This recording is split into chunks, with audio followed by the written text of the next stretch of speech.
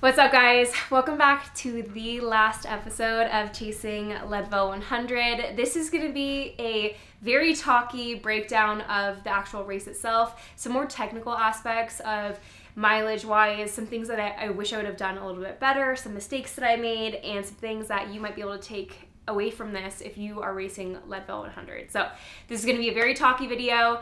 Lots of tips and tricks maybe mixed in there, and or, hey, this is what I did, but maybe don't do the same thing if you want to find success in your race.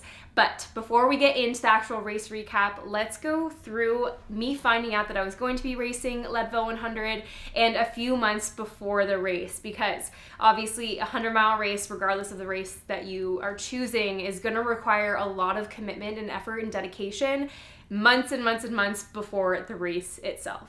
The Leadville journey started in January. So January, I would say like probably around 12th is when I figured out that I would be racing the Leadville 100. I secured a charity spot. So if you are ever interested in racing a race that requires you to enter and win a lottery to race, there are generally also charity spots available. And I chose to race for First Ascents. First Ascents is a cancer charity that is dedicated to patients and survivors of cancer. So it was perfectly aligned, and in general, I just felt like it was the right charity for me to race for. So I decided to race Leadville for First Ascents, and it did require me to fundraise. So that all started right around January 12th time range, which is about 8 months, 7.5 months before Leadville 100. Around this time, I started to build mileage, knowing that I would obviously have about 8 months to train for the Leadville 100. I was still running and just doing things in my local community that I really enjoyed. I actually did a January 1st event that was dedicated to fresh starts, and it was actually from one end of the canyon to the next. One thing about Utah winters, if you are a runner, you know there are so many elements that we have to face in the winter. So a large portion of my race preparation was done in the snow, in the ice, at lower elevations, because our high elevation mountains were pretty inaccessible. And yeah, it was just a huge portion of my training, and maybe a little bit unique to the area that I live in. So we definitely fought through some really low temperatures during this portion of the prep. We started to build up mileage, but also had the increased difficulty of running on snow, running on ice, and having to deal with the elements in that way. So we started to build some mileage then. And then 5 months before the race in April, I actually raced my first ever ultramarathon, which was the Antelope Canyon 50 miler. This was my first ultramarathon, and that course specifically is full of some interesting elements like sand, which was the first time I've ever raced on anything like that.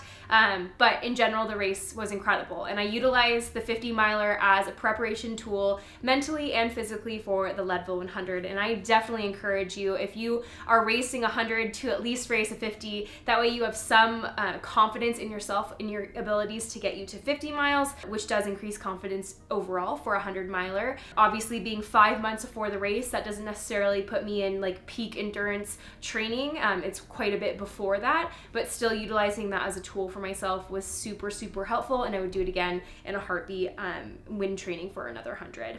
Around this time, I also fell into a little bit more of a structured mileage schedule. I was also traveling to Patagonia at this time for my first Unbreakable Trek, Patagonia, but then also was really falling into a structured program. So coming off of Ironman World Championships in November or October into November, I found myself not really wanting any structured training. So for the months leading up until around April, I kind of went off a feel by slowly increasing mileage without direct, like, hey, I'm running this amount on this day, and kind of building up from there. With years of endurance programming in my back pocket and knowing the mountains pretty well and knowing my body pretty well, I felt comfortable up until that point. But then April is really where we started focusing a lot more on really, really specific mileage and elevation gain each week, and also doing the same thing for my lifts as well. 4 months before my race, so right around the May timeframe, I actually climbed Mount Whitney to increase overall mileage, but then also to increase my exposure to altitude. So coming from a mountaineering background, I know how much altitude affects my body and can affect everyone. So I wanted to make sure that I got myself out into the outdoors, out onto actual elevation that felt challenging to me, but then also have an incredible experience like a winter conditioned climb, which is Mount Whitney. So incredible. You guys have seen the vlogs from that.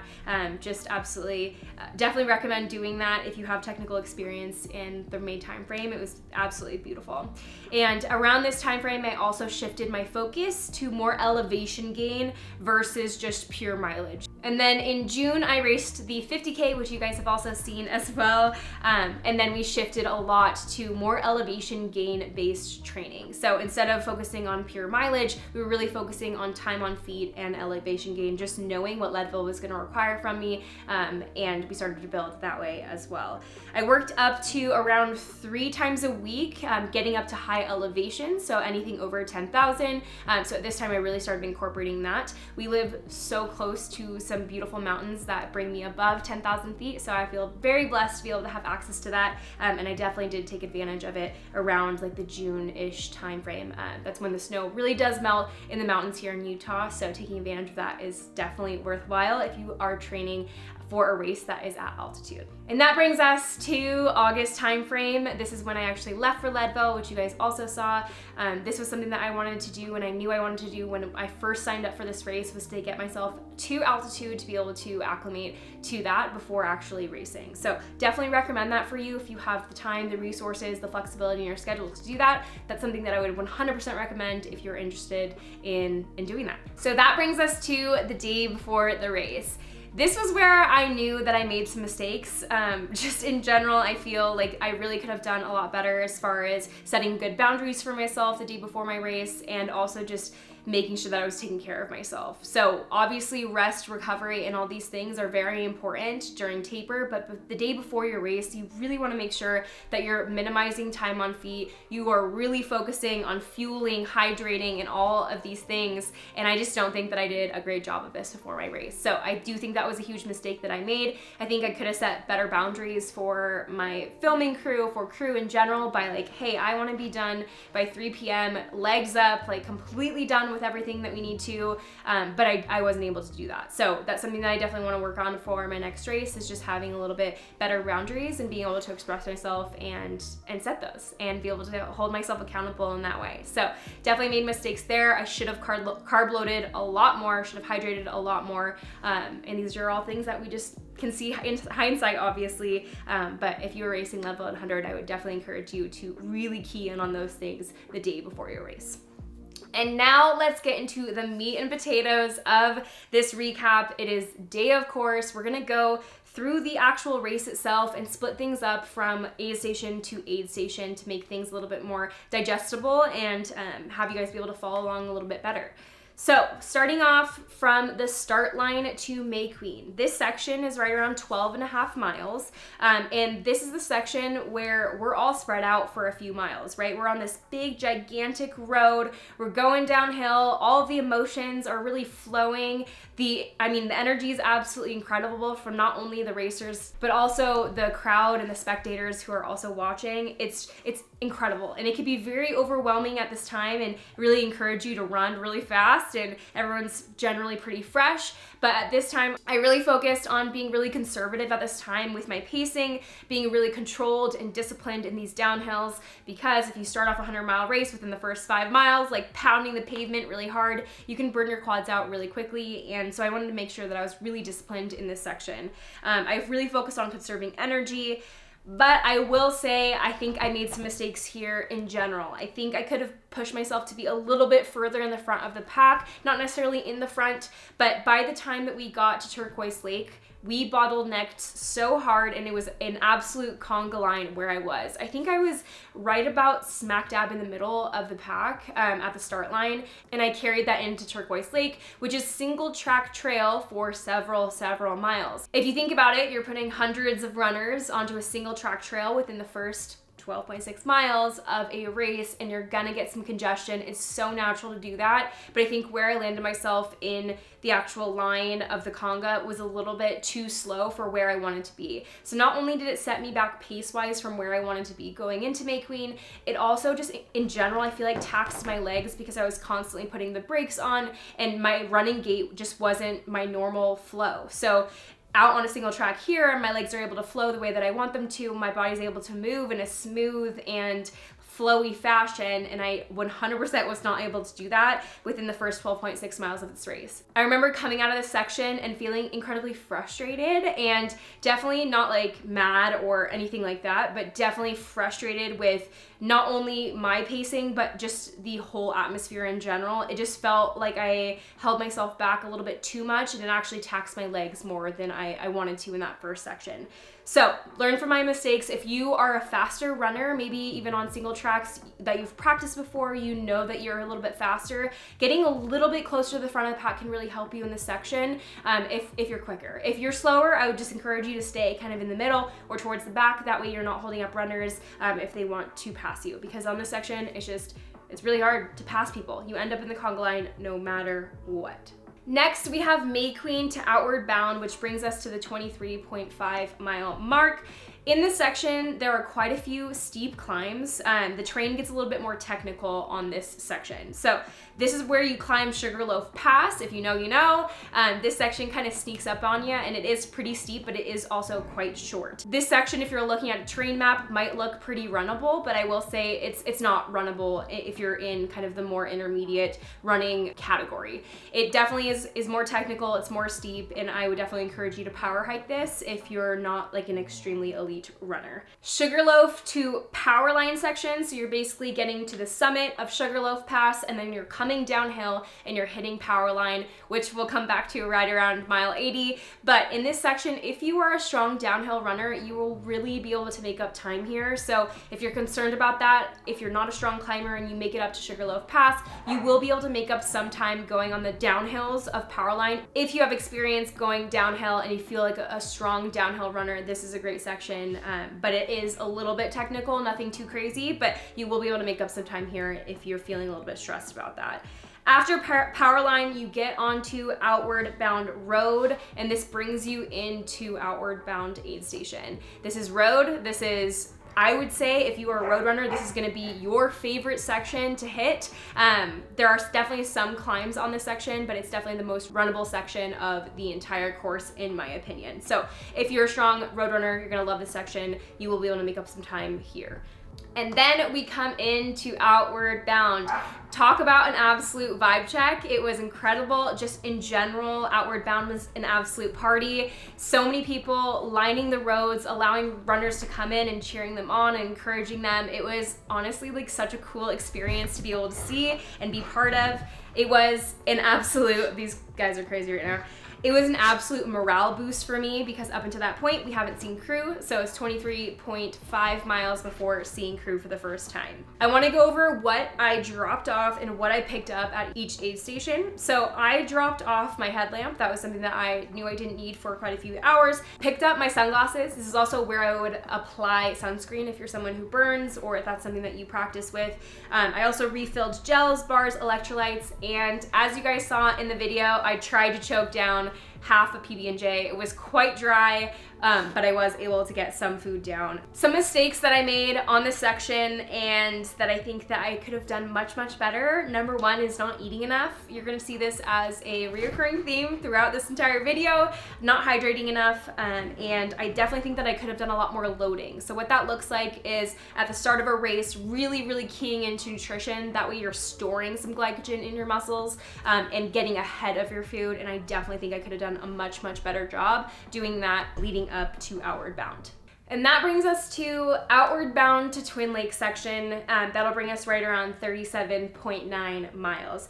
I would say this section is mixed runnable flat and some slight uphills. This section is generally pretty runnable. There are some more technical aspects to it, but in general, a little bit more runnable. There are some pretty flat sections that are over almost like a pasture. So if you're prone to rolling your ankle, this might be something to keep in mind, of just being mindful of your steps and maybe even taking things a little bit slower to make sure that you don't injure yourself we're only 37.9 miles in going up to this point, so things can go wrong. So make sure you're staying healthy and everything up until this point. This section is very exposed and it can get hot. Obviously, if you know, Leadville is at high elevation, so the sun just feels significantly hotter. Even here in Utah, it feels hotter than other places at the same temperature just because we're at higher altitudes and the sun can just feel really extreme. I found some of the sections of the trail to be quite runnable, but also I would encourage you to make a decision based on either heart rate or perceived rate of exertion of whether or not you're gonna power hike those spots or if you're gonna run them. A lot of these we can push and really actually run uphill with a strong pace, but just know that you have so many more miles ahead of you, so make a conscious decision to either conserve energy and or really push on this section. You can go either way, but depending on what type of runner you are, you might make one decision versus the next. On this section, I really noticed myself having a lot of heaviness in my legs and overall tightness in my hamstrings. So I did come into the crew asking already for some massage on my hamstrings and then also to apply Wolf 21 CBD and like menthol stick to my hamstrings. So I was already feeling it in my legs at this point, and I think just due to the slight gradients of this section as well, it just made it a little bit more strenuous than I anticipated. Coming into Twin Lakes 1 was such a great feeling. I felt really strong up until this point with just a little bit of fatigue and soreness, but I knew that the biggest section of this race was yet to come. Coming into Twin Lakes 1, we know that Twin Lakes 1 to Twin Lakes 2, we summit Hope Pass twice, and this section is the longest period of time without crew as well. Coming into this aid station, I knew that I was going to be leaving the aid station with quite a heavy pack. So what I picked up at this aid station before going to summit Hope Pass twice was I picked up my poles, which I definitely recommend if you have practice with poles to bring them for this section. I didn't use poles up until mile 37.9. I don't necessarily think that you need them, but definitely for Hope Pass, if you're comfortable with your poles, I would definitely encourage you to bring them. That way you're able to utilize some upper body while going uphill. I do think that it really helped. I refilled my gels, bars, and electrolytes. I picked up a water filter, so it was just a little water bladder that has an unscrewable filter on it. So if I ran out of water, I could pick up water on trail. There are quite a few spots where you can do that on Hope Pass Trail, so I would encourage you to bring that if you're looking for a different option of water filling other than just the aid stations. I brought a waterproof jacket for both wind protection and water protection, extra food, electrolyte chews. I picked up my headphones and I picked up a headlamp. At this point, we are going into like the teetering of it could be night by the time we get back. So if you are leaving Twin Lakes 1 to summit Hope Pass at Leadville 100, I would recommend that you bring a headlamp, especially if you do not have a drop bag at Winfield. What I wish I would have done at Twin Lakes 1 before leaving for Hope Pass was eat a little bit more food. This is just gonna be a reoccurring theme throughout this, but just knowing how much climbing I had to do ahead of time, this section is really where I would say eat as much as you can at Twin Lakes 1 within reason, just knowing that you're gonna have quite a few hours ahead of you. But I did not utilize the drop bag system at all at Leadville 100. I think a mistake that I made was just not utilizing the Winfield drop bag option. I wanted to make sure that I was solely reliant on what I had, but my pack was super, super heavy, and I will say that was pretty taxing on the body going up Hope Pass, just having an unnecessarily heavy pack, in my opinion. I think you can definitely get away with just 1 liter of water if you're my size and you have my hydration strategy, just knowing how much water there is on trail. I don't think that I needed to carry 1.5 liters of water. I think that was a little bit too much in my opinion. So then we leave Twin Lakes 1 and we start our journey up Hope Pass. And the next aid station is not until Twin Lakes 2, which is at mile 62. So we're going from mile 37.9 to mile 62 with no crew. So keep that in mind.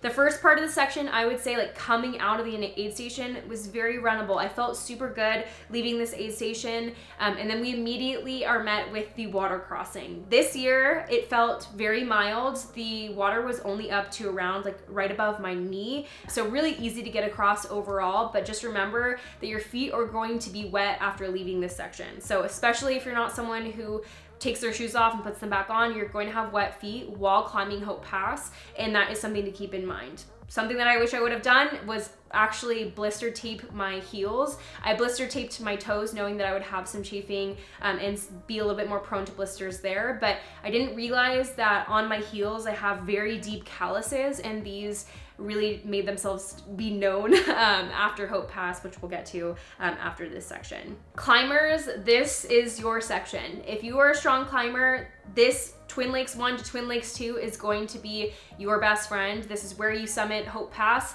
but this is actually where you can make up placings and or time if you're someone who's a really strong climber. I didn't realize I was a strong climber, I guess, until I raced Leadville 100, because at this section I actually passed 57 climbers, which was kind of wild. But I will say, if you are settling into a pace and settling into a cadence, and you come upon a conga line or you come upon racers, there's a reason why you caught them, so pass them. Take it as an opportunity for you, if you're comfortable with that pace and they're struggling, for you to be able to pass. The last thing that you want is to get stuck in another conga line that's slowing you down and taking you out of your cadence and your pace that you're comfortable with. So I actually had already practiced Hope Pass 1, so I knew what this trail looked like, and it's such a beautiful trail. It goes through some really awesome areas of Leadville, and it's just absolutely stunning. I would say it's not super duper runnable, but you know this when you're signing up for Leadville 100, that Hope Pass is going to be the crux. And then you summit Hope Pass 1. And we're right around like the 40, I would say like 45 mile range. And then you hit a downhill section to Winfield. So you go up to Hope Pass and you come down to Winfield, which is your 50-mile marker. I will say this section was runnable, but is a little bit more technical. So if you're not super comfortable with downhill sections, this can be a little bit tricky and slow you down a little bit more than you might think. Just coming from my injuries and my surgeries with cancer, downhill running on technical terrain is definitely not my suit that I feel very comfortable with. So this section was a little bit more challenging than I anticipated, for sure. And then you make it to mile 50, which is Winfield. And this is actually where you can have a drop bag settled to be able to refill on your electrolytes, be able to refill on your food before going back over Hope Pass again. I didn't have a drop bag, but I did refill on water there and added electrolytes in, and then started my climb back up to Hope Pass 2. So summiting Hope Pass the second time. So in my opinion, I think the second summit of Hope Pass is significantly more difficult. We have more miles under the belt at this point. We have a little bit more fatigue brewing, but also just being steeper in a shorter section of the trail definitely added to the overall difficulty of it. I literally, when I summited Hope Pass the second time, I outwardly like screamed because I was so like happy to be done with that climb. So I went, woohoo! And it was like the most euphoric part of the whole race, was just being able to know that I had summited Hope Pass for the second time. We were over 50 miles, and this was kind of just like the celebration of that. The downhill section coming off of Hope back into Twin Lakes 2 is significantly, in my opinion, more runnable than the backside of Hope Pass. I was able to actually make up some time on the downhill section there. I felt pretty good after climbing for so long, being able to be met with some downhill sections. It did feel really good on the body. So I kind of cruised down until we hit the tree line. It does get a little bit more technical once you hit the tree line, a little bit more rocky, some loose rock. So just know that as well. We also started to see darkness around the time that I hit the tree line. So coming into Twin Lakes 2, I would once again just recommend that you have a headlamp on you, just in case you get a little bit further behind than you anticipated. Coming into Twin Lakes 2 is a huge accomplishment, and this is something that most racers look forward to. For one, up until this point, all of the time cutoffs are pretty aggressive. If you're unfamiliar with Leadville 100, there's a 30-hour cutoff, so it's quite aggressive just with the elevation gain and the technicality of the race. It's the most difficult part of the race is the time cutoffs. It has a very high DNF rate due to the technicality of the race and then also the extreme cutoffs. But once you hit Twin Lakes 2, your percentage of finishing does go up immensely, but the cutoffs are still there and they're still apparent. And it's something that for me, I never released the pressure of. I felt the pressure of the cutoffs the entire race, coming into each aid station, picking up pacers, everything. I felt the time cutoffs very immensely. It was something that I could never really shake. So what I dropped off and picked up at Twin Lakes 2, number one, I dropped my water back to 1 liter, just knowing that I wouldn't have Hope Pass. I wanted to make sure that my pack wasn't crazy heavy going to this next section. Refilled on gels and electrolytes and addressed my blisters. After having wet feet and climbing Hope Pass, I developed some pretty intense blisters that needed to be addressed. And at this point in the race, I kind of just knew that this was gonna be a pain point that would continue throughout the entire race. Knowing that and if I was to go back and do Leadville again, I would have taped my feet before actually summiting Hope Pass. Mistakes I made on this section, once again, did not eat enough, did not drink enough, and all of this would be very apparent going into our next section. Twin Lakes 2 to Outward Bound. So we are hitting the 76.2 mile mark going into Outward Bound 2, and I had Danny from 62 to 76.2. Danny was my first pacer. Danny's a super strong downhill runner, and he's a little bit more reserved, but also someone who could keep me really focused. So I knew Danny was the right person going into this portion of the race. He kept me really focused. We worked through intervals at this point, and I was really battling fatigue and what I perceived to be underfueling, and I did struggle a little bit with kind of staying just like mentally aware, so Danny really did help with that in general. In the actual race video that you guys saw, I started to see things at this point, I think just due to the darkness and overall fatigue, but Danny, we had some laughs and things were pretty positive, and he did keep me really on track at this point. So Twin Lakes 2 to Outward Bound 2 was pretty smooth sailing up until this point. Then we get into Outward Bound 2. This is where I pick up Bart, who is my second pacer. Just knowing that I was gonna have power line ahead of me, I knew that Bart was the right guy for this job. Bart is an experienced ultra runner. He's done Cocodona 250, he's done several hundreds. So I knew he was the right guy to pick up for this section to bring me from 76.2 to 87.4. At this section, the wind started to pick up. It did get quite cold, so I was glad that I brought a jacket because I put that on almost immediately. The power line section itself, we all went down the downhill section from May Queen to Outward Bound 2, but coming up it and going up power line feels so much harder when it's dark outside, when you're fatigued, when you might have stomach issues. So just know that if you're picking a pacer, to pick someone who's going to be able to keep you motivated and moving through this section. I will say the section is really steep and the downhills are technical. There's a lot of loose rock going downhill, and when you're around 80 miles into a race, you can start kind of losing your footing. So if you have poles, once again, this is a time when I recommend bringing your poles, because I definitely did utilize them on this section. And then we get to May Queen, which is our final aid station before the finish, and this is mile 87.4. So I picked up Shane. Shane got me from May Queen to the finish line, and at this point, I had realized I had underfueled. I was not hydrated the way that I wish I would have been, and in general, I just felt like I was giving all that I could give, but it wasn't very fast, and it wasn't what I would consider to be like my strongest effort.